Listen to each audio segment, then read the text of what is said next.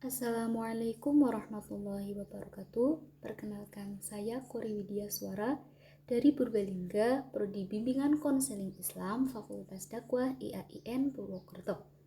Perkenalkan, saya memaparkan materi yang akan saya sampaikan pada siang hari ini.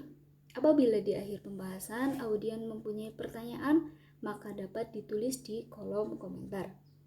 Sumber-sumber ajaran dalam Islam dan pokok ajaran Islam. Sumber-sumber ajaran Islam terdapat Al-Quran yang pertama, Al-Hadis yang kedua, dan Ar-Ra'yu atau ijtihad. Al-Quran, secara etimologi Al-Quran berarti bacaan atau yang dibaca, berasal dari kata qara'a yaqra'u yang artinya membaca. Secara terminologi, definisi Al-Quran adalah sebagai kalam Allah yang diturunkan kepada Nabi Muhammad SAW sebagai mukjizat, disampaikan dengan jalan mutawatir dari Allah Subhanahu wa Ta'ala sendiri dengan perantara malaikat Jibril, dan membacanya dinilai ibadah. Dapat dilihat sendiri ya teman-teman isi dari Al-Quran tersebut. Lalu fungsi Al-Quran. Fungsi Al-Quran ada 3. Yang pertama Al-Huda atau Huda.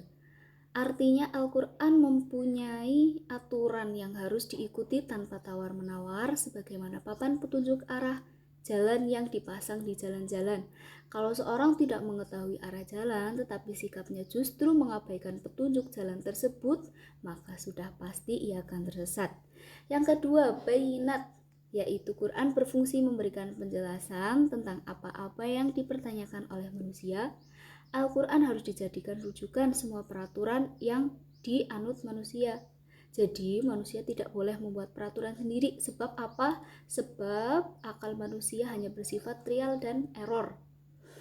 Fungsi ketiga Al-Quran sebagai furqan atau pembeda antara yang hak dan batil, antara muslim dan di luar muslim, antara nilai yang diyakini benar oleh mukmin dan nilai yang dipegang oleh orang-orang kufur.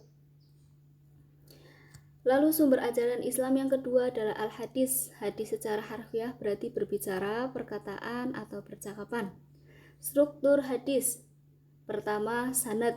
Sanad itu adalah rantai atau rawi periwayat hadis. Rawi adalah orang yang menyampaikan hadis.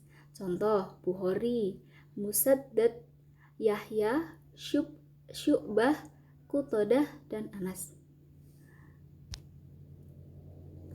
Lalu yang kedua ada rawi. Rawi adalah orang-orang yang menyampaikan suatu hadis. Sifat-sifat perawi yang ideal yang harus dipunyai para perawi yaitu bukan pendusta, tidak banyak salahnya, tidak fasik, tidak dikenal sebagai orang-orang yang ragu, bukan ahli bid'ah, kuat ingatannya, tidak sering bertentangan dengan rawi-rawi yang kuat, dan sekurangnya dikenal oleh 2 orang ahli hadis pada zamannya. Yang ketiga, matan. Matan ialah redaksi dari hadis dari contoh sebelumnya, maka matan hadis bersangkutan adalah terkait dengan matan atau redaksi ini. Maka yang perlu diperhatikan dalam memahami hadis ini adalah ujung sanad sebagai sumber redaksi, apakah berujung pada Nabi Muhammad atau bukan. Matan hadis berhubungan dengan hadis lain yang lebih kuat sanadnya, apakah ada yang melemahkan atau menguatkan. Selanjutnya dengan ayat Al-Quran, apakah ada yang bertolak belakang. Lalu yang ketiga dari sumber ajaran Islam adalah ijtihad. Ijtihad itu apa? Ijtihad adalah sebuah usaha yang sungguh-sungguh yang sebenarnya bisa dilaksanakan oleh siapa saja yang sudah berusaha mencari ilmu. Ijtihad sebaiknya dilakukan oleh para ahli agama. Tujuan ijtihad adalah untuk memenuhi keperluan umat manusia yang pegangan hidup dalam beribadah kepada Allah. Orang yang melakukan ijtihad disebut mujtahid. Jenis-jenis ijtihad. Di situ ada ijma'. Ijma' artinya kesepakatan para ulama dalam menetapkan suatu hukum-hukum agama berdasarkan Al-Quran dan hadis dalam satu perkara yang terjadi. Kias adalah menggabungkan atau menyamakan artinya menetapkan suatu hukum yang belum ada pada masa sebelumnya. Dalam Islam, ijma' dan qiyas sifatnya darurat bila memang terdapat hal-hal yang belum ditetapkan pada masa sebelumnya. Ihtisan berarti fatwa yang dikeluarkan oleh seorang faqih atau ahli fikih hanya karena dia merasa hal itu adalah benar atau argumen dalam pikiran seorang faqih tanpa bisa diekspresikan secara lisan olehnya. Masalah mursalah, yaitu pertama ada sudut dzariyah, adalah tindakan memutus suatu yang mubah menjadi makruh atau haram demi kepentingan umat. Istihab adalah tindakan menetapkan berlakunya suatu ketetapan sampai ada alasan yang bisa mengubahnya. Urf adalah tindakan menentukan masih bolehnya suatu adat istiadat dan kebiasaan masyarakat selama itu tidak bertentangan dengan Al-Quran dan hadis. Lanjut, pokok ajaran Islam terdapat akidah, yang kedua syariah, dan yang ketiga akhlak. Akidah itu apa sih? Akidah secara etimologi adalah akidah berasal dari kata al-aqdu yang artinya ikatan, atau siku yang berarti kepercayaan, al-ihkamu yang artinya mengokohkan atau menetapkan. Secara terminologi adalah iman yang teguh dan pasti yang tidak ada keraguan sedikit pun dari orang yang meyakininya. Pembagian akidah tauhid terdapat tauhid uluhiyah yang artinya mengesahkan Allah dalam ibadah. Yang kedua, tauhid ar-rububiyah mengesahkan Allah dalam perbuatannya. Yang ketiga, tauhid al-asma wa sifat mengesahkan Allah dalam asma dan sifatnya. Tauhid terbagi menjadi 3 macam seperti di atas, dan tidak ada istilah tauhid mulkiyah ataupun tauhid hakimiyah.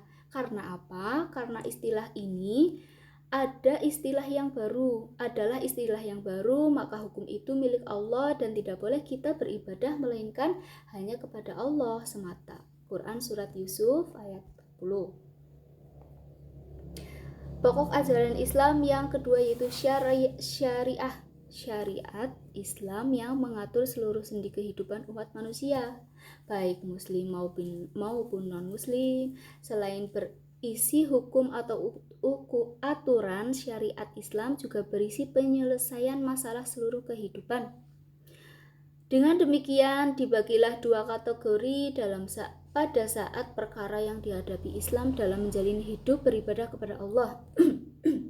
Yang pertama, asas syura itu perkara yang sudah ada dan jelas ketentuannya sebagai Al-Quran atau hadis, di mana kedudukannya sebagai pokok syariat Islam. Sifatnya mengikat umat Islam seluruh dunia dimanapun berada sejak kerasulan Nabi Muhammad SAW hingga wafat.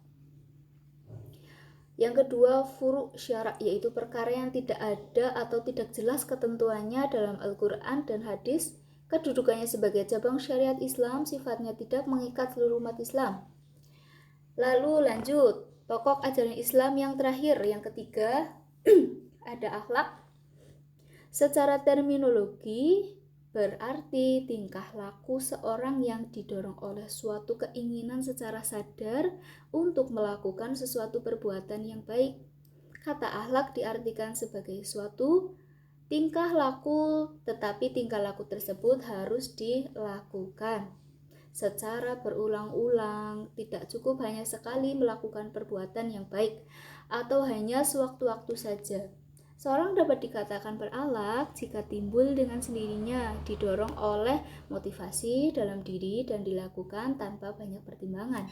Ada 4 yang harus ada apabila seorang ingin dikatakan berakhlak. Bisa dibaca sendiri ya teman-teman.